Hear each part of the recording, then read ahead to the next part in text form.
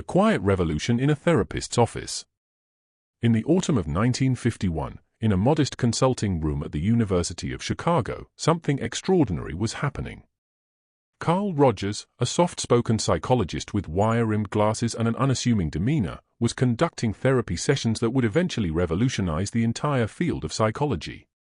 But what made these sessions different wasn't a groundbreaking technique or a complex theoretical framework. It was something far more subtle and far more dangerous to the established order. Rogers had stumbled upon a truth so profound, so threatening to the power structures of his time, that he would spend the rest of his career carefully navigating how to share it without causing complete upheaval. This wasn't a truth about mental illness or therapeutic techniques. It was a truth about human nature itself, about the fundamental capacity that lies dormant in every person, waiting to be awakened. The rooms where Rogers worked were deliberately simple. No imposing desk separated him from his clients. No diplomas dominated the walls to remind people of his authority. He sat at eye level, leaning forward with genuine curiosity, creating an atmosphere that felt more like a conversation between equals than a medical consultation. His colleagues thought this arrangement unprofessional. They didn't yet understand that this simplicity was itself a statement, a rejection of the hierarchies that had defined psychology since Freud. Rogers noticed something remarkable during these sessions. When he stopped trying to be the expert, when he released his need to diagnose, interpret, or direct, his clients began to change in ways that traditional therapy couldn't explain. They didn't just resolve their presenting problems. They underwent something more fundamental. They began to trust themselves in ways they never had before. They started making decisions with a quiet confidence that seemed to come from somewhere deep within. They stopped looking to him for answers and started discovering their own wisdom. But here's what troubled Rogers, what kept him awake at night writing in his journals. This transformation posed a direct threat to every institution built on the premise that people need experts to tell them how to live. If individuals could truly trust their own experience, their own inner guidance, what would become of the authorities who claimed to know better? What would happen to the teachers, the clergy, the doctors, the politicians who derived their power from positioning themselves as the keepers of truth? Rogers had discovered something that awakened people instinctively understand but rarely speak aloud. And this discovery would force him to make a choice that would define his entire career. The dangerous implication of self-trust. The truth Rogers discovered can be stated simply, though its implications are revolutionary. Every human being possesses an innate tendency toward growth, healing, and self-actualization when provided with the right psychological conditions. Not some people. Not the educated or the privileged or the mentally healthy. Every person. This capacity isn't something that needs to be installed by experts. It's already there, like a seed that only needs the right soil to flourish. In the context of 1950s Britain and America, this idea was nothing short of radical. British society, still recovering from the war, was deeply hierarchical. The class system remained firmly entrenched. The medical model of psychology, imported largely from Vienna, positioned the therapist as the authority who would analyze, diagnose, and cure the patient's dysfunction. The patient was sick. The doctor knew the cure. This arrangement was comfortable for everyone involved because it maintained clear lines of power. Rogers was suggesting something entirely different. He proposed that the therapist's role wasn't to cure or fix, but to create conditions where the client's own healing capacity could emerge. He called this the actualizing tendency, an inherent drive in all living organisms to develop their potential, to become more complex, more capable, more fully themselves. Think about how a plant grows toward light, even in the most unlikely circumstances. You'll find flowers pushing through cracks in pavement, trees growing around obstacles, seeds germinating in the harshest conditions. They don't need to be taught how to grow. That knowledge is encoded in their very nature. Rogers believed humans possessed this same fundamental drive, not just physically but psychologically and spiritually. But accepting this truth meant accepting something that made both institutions and individuals deeply uncomfortable. If people can trust their own experience, their own inner knowing, then the external authorities we've built our entire civilization around become far less necessary. The priest who claims to know God's will for your life, the politician who insists he knows what's best for society, the parent who demands obedience because they know better. All of these authority structures begin to crumble when individuals awaken to their own inner guidance. Rogers saw this playing out in his therapy room. Clients who had spent years deferring to others' opinions suddenly started saying things like, "I know this doesn't make sense to my parents, but it feels right to me." Or, "Everyone tells me I should stay in this career, but something inside me says it's time for a change." They were learning to trust the quiet voice of their own experience over the loud voices of external authority. This wasn't rebellion for its own sake. It wasn't adolescent defiance or narcissistic self-absorption. It was something more mature, more grounded. These individuals were learning to listen to what Rogers called their organismic valuing process, the deep inner knowing that emerges when we're fully present to our experience, undistorted by the expectations and judgments we've internalized from others. But Rogers quickly realized that openly proclaiming this truth came with serious consequences. The subtle art of subversion. Rogers learned early in his career that directly challenging authority structures was the quickest way to be dismissed and marginalized. He had watched other innovative thinkers in psychology get pushed to the fringes when they threatened the established order too openly.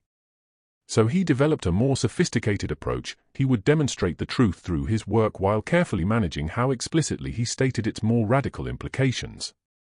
In his published writings, Rogers used careful language. He spoke of client-centered therapy rather than using more provocative terms.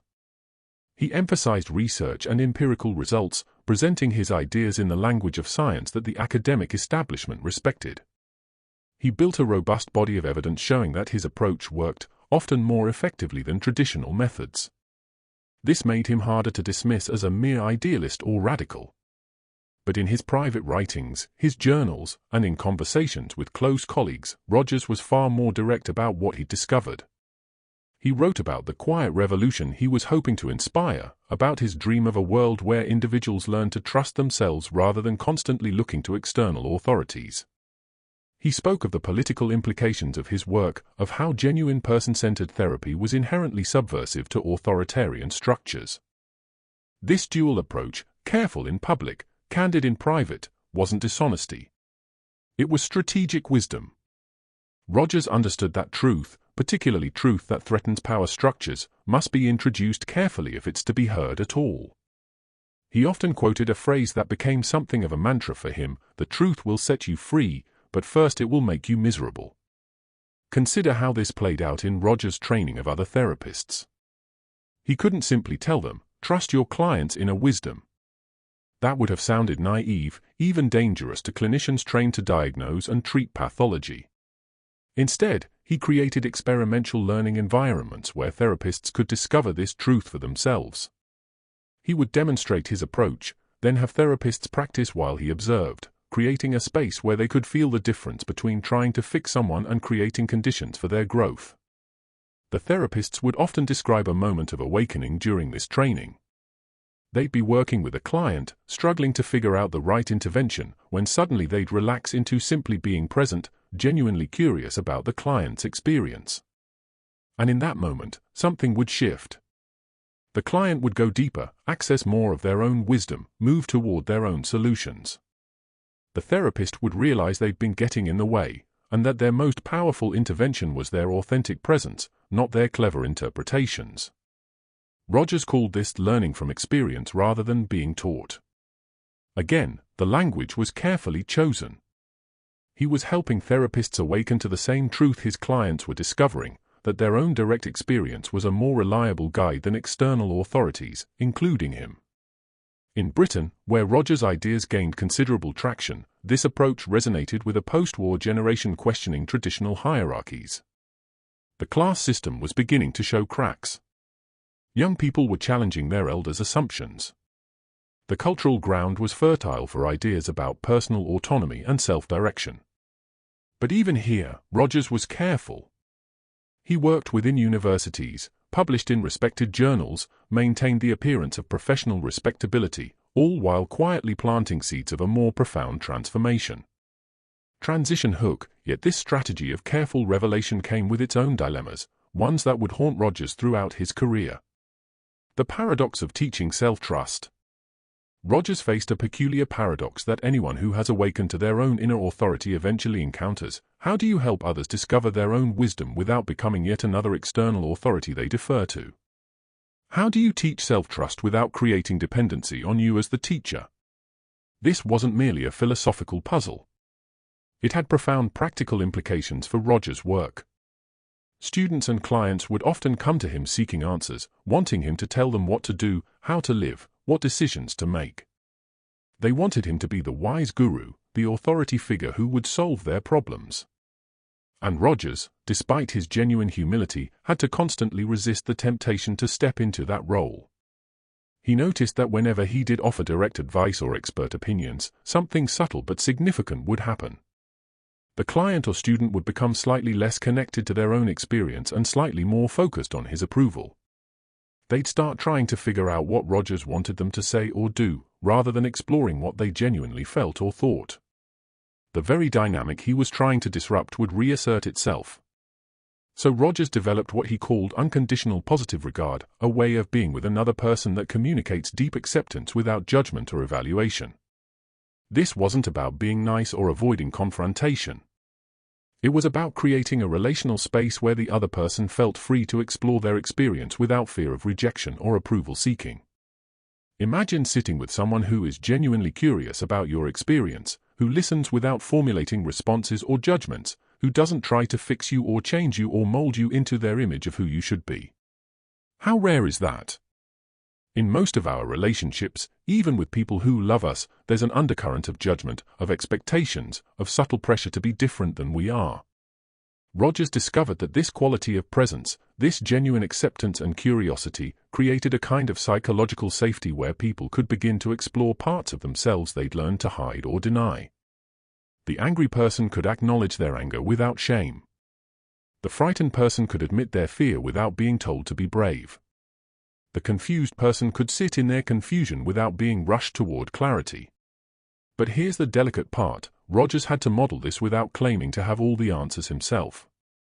He had to be open about his own uncertainty, his own ongoing growth, his own struggles. He wrote about his failures in therapy, his moments of impatience or judgment, his times when he got in his own way. This transparency was crucial. It communicated that awakening isn't about achieving perfection or becoming some enlightened guru. It's about becoming more real, more authentic, more genuinely yourself. In his training groups, Rogers would often share his own uncertainties about a case or a theoretical point. Younger therapists, trained to hide their doubts and project expertise, found this shocking at first. Wasn't he supposed to have the answers? But gradually they'd realize that his willingness to not know, to stay curious, to remain open to learning, was itself the teaching. He was demonstrating the very quality he hoped they'd develop, a trust in the process of exploration rather than a need for premature certainty. This created a different kind of authority, one based not on having all the answers but on embodying a way of being. Rogers wasn't saying, "Do what I tell you." He was saying, "Notice what happens when you approach experience with openness and curiosity rather than judgment and control. Try it and see for yourself." This distinction is crucial for understanding why awakened people often keep this truth hidden. They're not withholding information to maintain power. They're recognizing that this truth can't be simply told, it must be discovered through one's own experience. Trying to convince someone of it directly often backfires, creating just another belief system to adopt rather than a lived reality to embody. But there was another reason Rogers was cautious about how he shared this truth, one rooted in the very real dangers of misunderstanding it. The shadow side of self-trust. Rogers understood something that many contemporary advocates of following your intuition or trusting yourself often miss: the difference between genuine inner wisdom and the voice of our conditioning, our fears, our ego defenses pretending to be wisdom. Not every impulse that feels right is actually right. Not every strong feeling is trustworthy guidance. We carry within us the internalized voices of our parents, our culture, our traumas, all masquerading as our authentic self. Learning to distinguish between genuine organismic knowing and these internalized voices is one of the most challenging aspects of personal development. Rogers saw this in his therapy room repeatedly. A client would declare with great conviction that they needed to leave their marriage, quit their job, or cut off contact with their family. Sometimes this was genuine inner wisdom calling them toward necessary change. But sometimes it was fear, anger, or old patterns playing out in new circumstances. The difficulty was that in both cases, it felt real and urgent to the person experiencing it. This is why Rogers never advocated for simply doing whatever feels right. His approach was more nuanced. He helped people develop what he called congruence, a state where one's inner experience, conscious awareness, and outward behavior are aligned. But achieving this congruence required a quality of self-awareness that takes time and practice to develop. Think of it this way: imagine your mind is like a busy room full of different voices, all claiming to speak for your true self. There's the voice of your wounded inner child, still reacting from old hurts. There's the voice of your internalized parents, repeating judgments you absorbed growing up. There's the voice of societal conditioning, telling you what you should want and how you should be. There's the voice of your ego, protecting itself from perceived threats. And somewhere in this cacophony is your actual inner wisdom, your organismic knowing, your authentic self.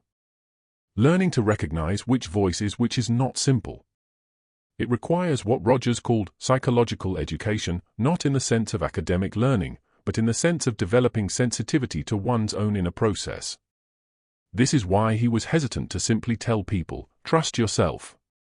Without this developed sensitivity, they might trust the wrong voice and make catastrophic decisions, then blame his philosophy for the consequences. Rogers observed that genuine inner wisdom has certain qualities that distinguish it from other internal voices. It tends to be quieter, less insistent, more patient than the urgent clamoring of fear or ego. It has a quality of rightness that persists over time rather than the intense but fleeting certainty of impulsive reactions. It considers consequences thoughtfully rather than seeking immediate gratification or escape.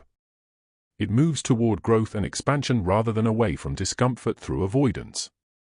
But these distinctions are subtle, easily missed, especially by someone just beginning to pay attention to their inner experience. This is why Rogers structured therapy as a gradual process of developing self-awareness, not a quick fix or sudden awakening. He knew that prematurely encouraging someone to trust themselves before they developed this discernment could be harmful. There's another shadow side that troubled Rogers deeply, the potential for his ideas to be twisted into narcissistic self-absorption. He saw this beginning to happen in the 1960s and 70s as the human potential movement gained steam. Some people interpreted person-centered to mean mission-centered, using psychology's language of self-actualization to justify selfishness and avoid responsibility to others. This wasn't what Rogers meant at all. For him, becoming more fully oneself paradoxically meant becoming more capable of genuine connection with others. As you become less defensive, less ruled by fear and the need for approval, you become more able to truly see and respond to other people. Authentic self-trust doesn't lead to isolation but to more genuine relationships. Rogers wrote in his journals about his concern that his ideas would be misunderstood, that people would hear "trust yourself" and use it as permission to indulge every whim, to avoid difficult growth, to justify hurting others. This was part of why he was careful about how he communicated his discoveries. Yet despite these dangers and complications, Rogers believed the truth was too important to keep completely hidden. The revolutionary act of authentic presence. What Rogers discovered through decades of clinical practice was that the most powerful therapeutic intervention wasn't a technique or interpretation, it was the quality of presence he brought to the relationship.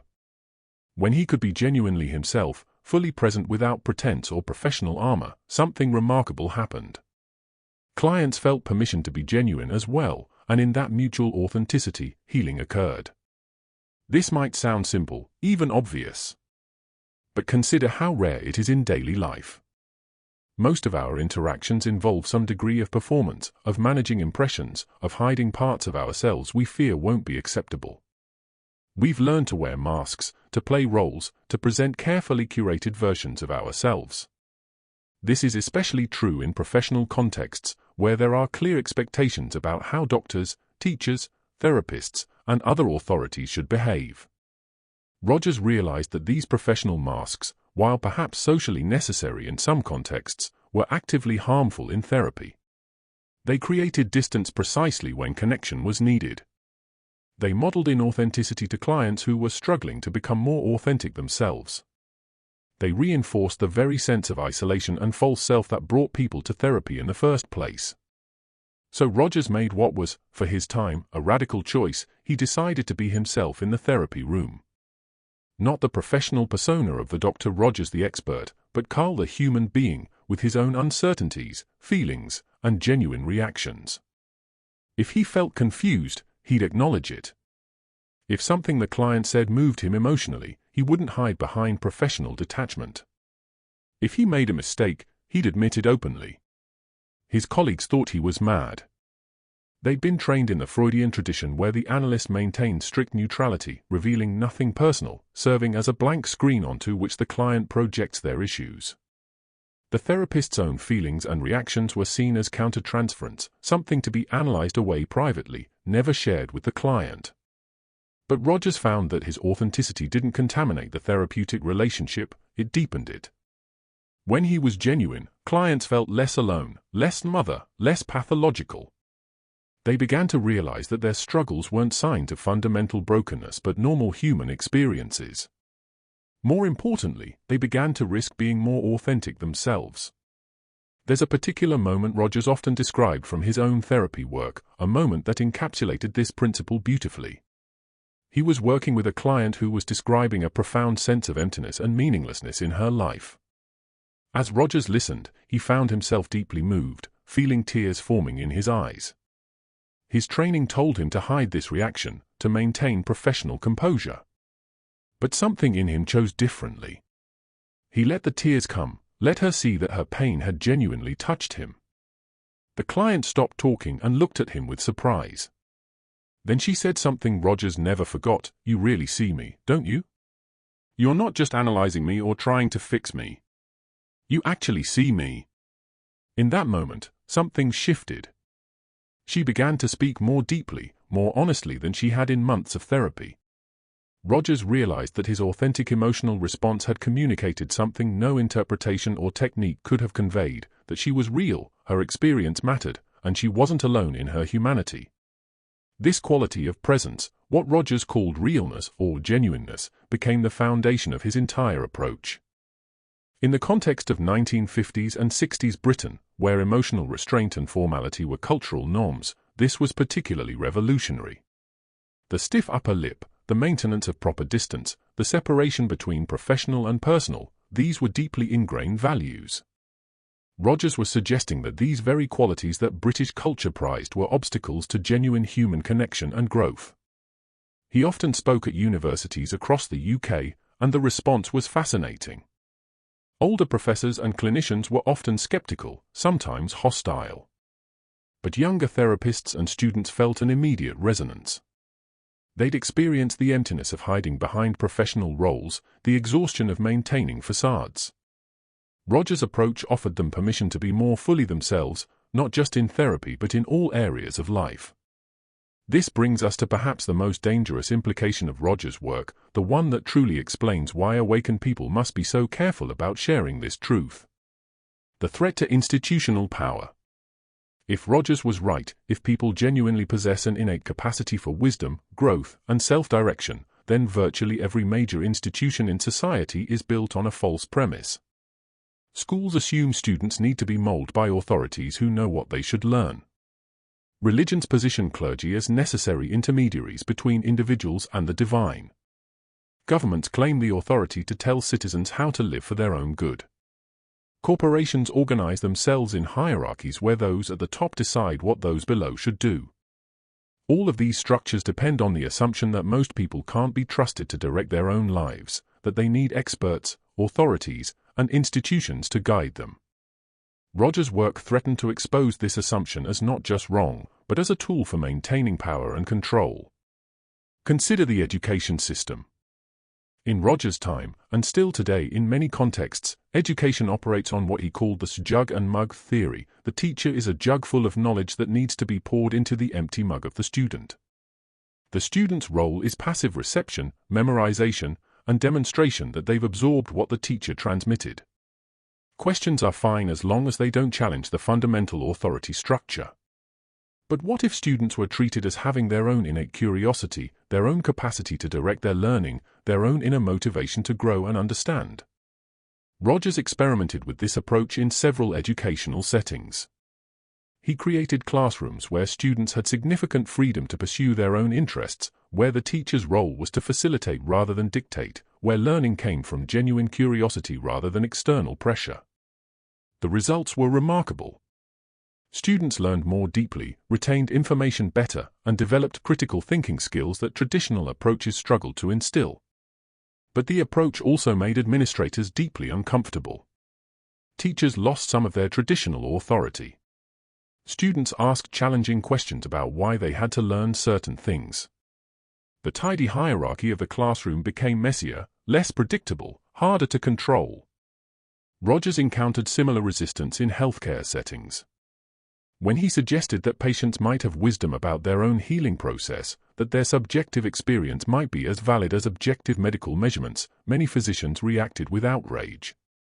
They'd spent years training to become experts. The idea that a patient might know something important about their own body and healing that the doctor didn't felt like a challenge to their hard-won expertise. But Rogers wasn't suggesting that expertise was worthless. He was suggesting something more nuanced, that expertise and lived experience both have value, that the patient's subjective knowing and the doctor's objective knowledge should be in dialogue, not in a hierarchy. This collaborative approach threatened the traditional power dynamic of healthcare. In religious contexts, Rogers' ideas were perhaps most threatening. If individuals can trust their own experience of meaning, connection, and transcendence, what need do they have for priests and clergy to mediate their relationship with the sacred? If everyone has direct access to moral wisdom through their organismic valuing process, why do we need authorities to tell us what's right and wrong? Rogers himself had broken away from religious training early in his career, initially planning to become a minister before realizing that organized religion's authoritarian structure conflicted with his emerging understanding of human nature. He saw how religion, at its best, could support people's growth and connection. But he also saw how religious institutions often used claims of special access to divine truth to control and manipulate people, making them dependent on external authority rather than developing their own inner connection to the sacred. Perhaps most threatening of all were the political implications. Rogers lived through the rise of fascism, the Cold War, and numerous examples of authoritarian governance. He saw firsthand how totalitarian systems depend on crushing individual autonomy, on making people doubt their own perceptions and defer to the state's authority. He recognized that his work was inherently political, inherently subversive to any system built on top-down control. In his later years, Rogers became more explicit about these political dimensions. He wrote about how person-centered principles could transform not just therapy but education, organizational management, conflict resolution, and even international relations. He began working on applying his ideas to political conflicts, facilitating dialogue between hostile groups, believing that the same principles that worked in therapy could work at larger scales. But even then, he was strategic. He framed his work in neutral, scientific language. He emphasized practical results rather than revolutionary theory. He knew that being too explicit about the anti-authoritarian implications of his work would get him dismissed as a political radical rather than taken seriously as a scientist. This is the core of why awakened people keep this truth hidden, or at least carefully managed, not because they want to hoard power, but because openly stating you don't need authorities, you have your own inner wisdom is a direct threat to every power structure in society. Those who benefit from authoritarian arrangements will fight to suppress this truth. They'll dismiss it as naive, dangerous, solipsistic. They'll point to examples of people making bad decisions and say, see? People can't be trusted. Rogers understood this resistance wasn't simply intellectual. It was rooted in fear, fear of losing control, fear of chaos, fear of the unknown territory that opens up when we release our grip on trying to control others. He recognized that the transition from an authoritarian model to a person-centered model of society would be difficult, messy, and require a level of maturity that not everyone has developed. Yet despite all these complications and dangers, Rogers never stopped believing the truth was worth sharing, carefully and strategically. Living the truth in a world of authority. As Rogers aged and reflected on decades of work, he came to understand that the truth he discovered couldn't be simply proclaimed from mountaintops.